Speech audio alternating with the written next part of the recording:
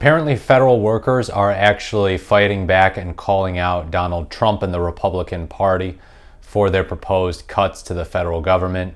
This is from Raw Story. Republican lawmakers are getting an earful from constituents back home who are angry by the swift and sweeping cuts Trump and Elon Musk are making to the federal government, but they're reluctant to speak out too loudly against the constitutionally problematic moves.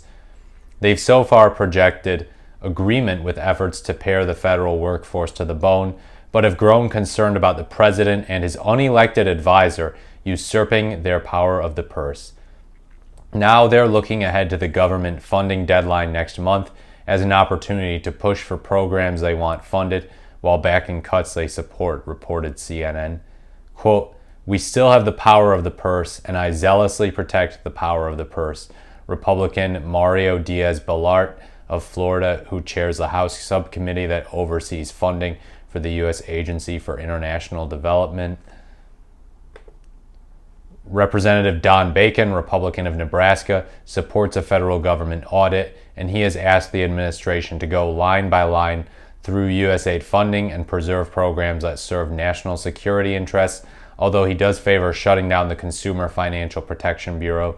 That is a concerning one. The Consumer Financial Protection Bureau is very helpful. They protect Americans from getting scammed, as their name says, but they've come under a lot of attack lately. There was a big Supreme Court decision about the structure of the CFPB and how it couldn't just be one person having that much power, but it was ruled constitutional. It was allowed to stay.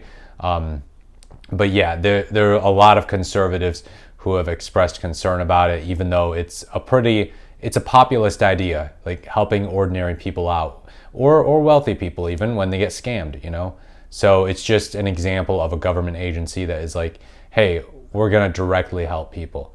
And that's a good thing. We should have more of that in Washington, D.C. But yeah, Elon Musk is resolute that the CFPB must be abolished.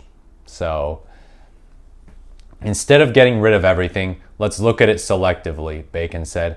Don't throw the baby out with the bathwater. Might be about too late for that, buddy. Might be about too late for that. Congress has to catch up to the plan or the president's plan has to be revised because the law is the law, Bacon added.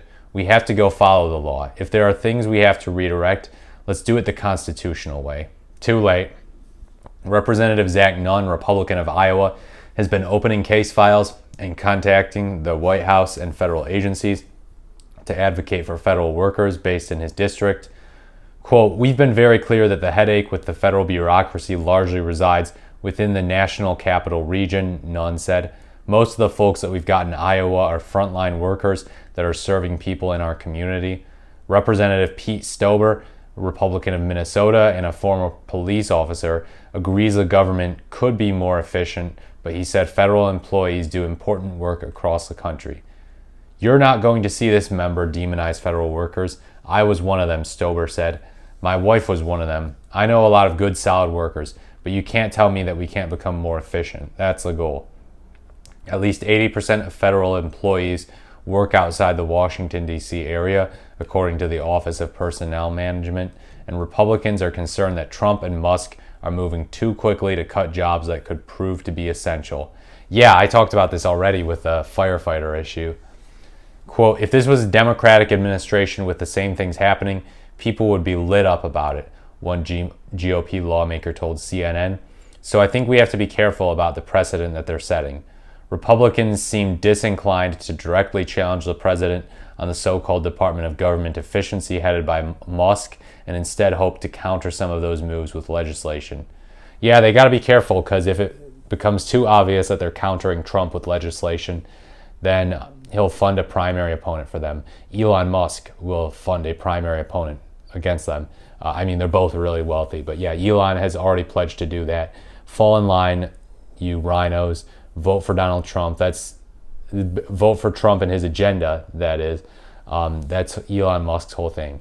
So yeah, let me know what you think in the comments below. As always, please like, comment, or subscribe to the channel. Thank you so much for watching. This has been The More the Merrier, and I look forward to speaking to you in my next video.